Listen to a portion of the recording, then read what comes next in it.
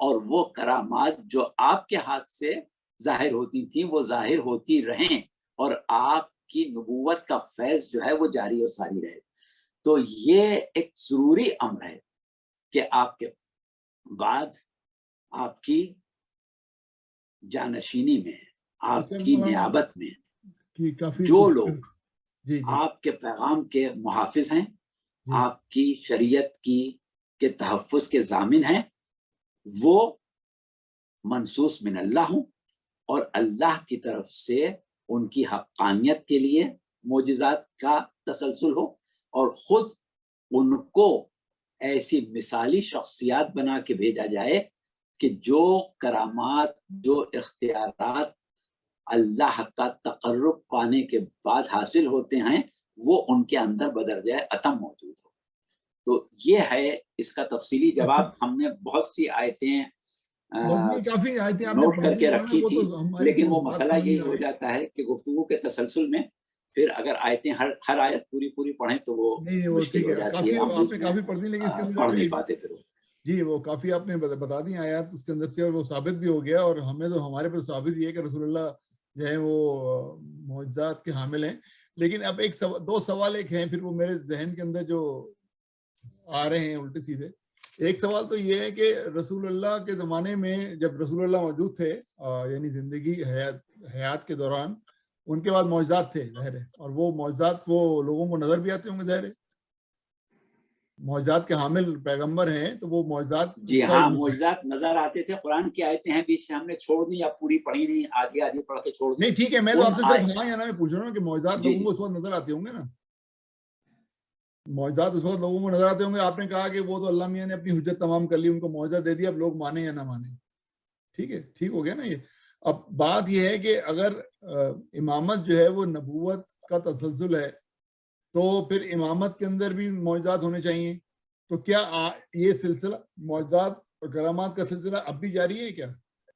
بالکل، یہ معجزات کا سلسلہ تا قیامت جاری رہنا ضروری ہے، اور اگر یہ سلسلہ جاری نہ رہے تو دین کی طرف راغب ہونے کے لیے، دین کی حقانیت کو سمجھنے کے لیے بعد میں آنے والی نسلوں کے پاس کیا ہے؟ عہد رسالت کے لوگوں نے معجزے دیکھ لیے، اب جو بعد میں پیدا ہوئے انہیں تو نہیں دیکھے نا، تو ان کی کیا خطا ہے کہ اللہ ان کو تو محروم رکھے اور قیامت میں سوال سب سے برابر کرے.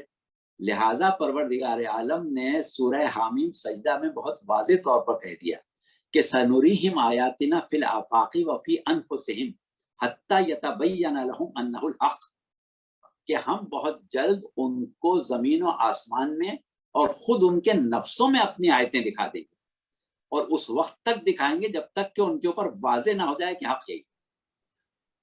یعنی حق کو واضح کرنا اللہ پر واجب ہے. یہ تھوڑی ہے کہ پرانے زمانے کے لوگوں نے معجزے دیکھ لی، اب ہم تو اب پیدا ہوئے ہم نے تو دیکھا نہیں. نہیں تو اب ہمارے زمانے میں کیا معجزہ ہے؟ ہماری کیا خطا ہے؟ ہمارے زمانے میں ہمارے زمانے میں کیا معجزہ ہے؟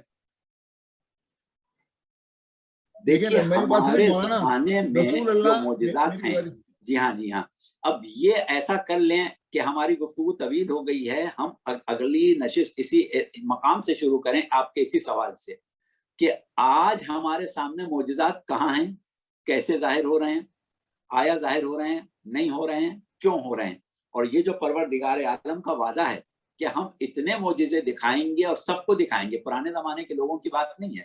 جتنے لوگ مکلف ہیں کلمہ محمد صلی اللہ علیہ وسلم پڑھنے کے، قیامت تک جو بھی پیدا ہوگا وہ مکلف ہے کہ پیغمبر اسلام کا کلمہ پڑھے.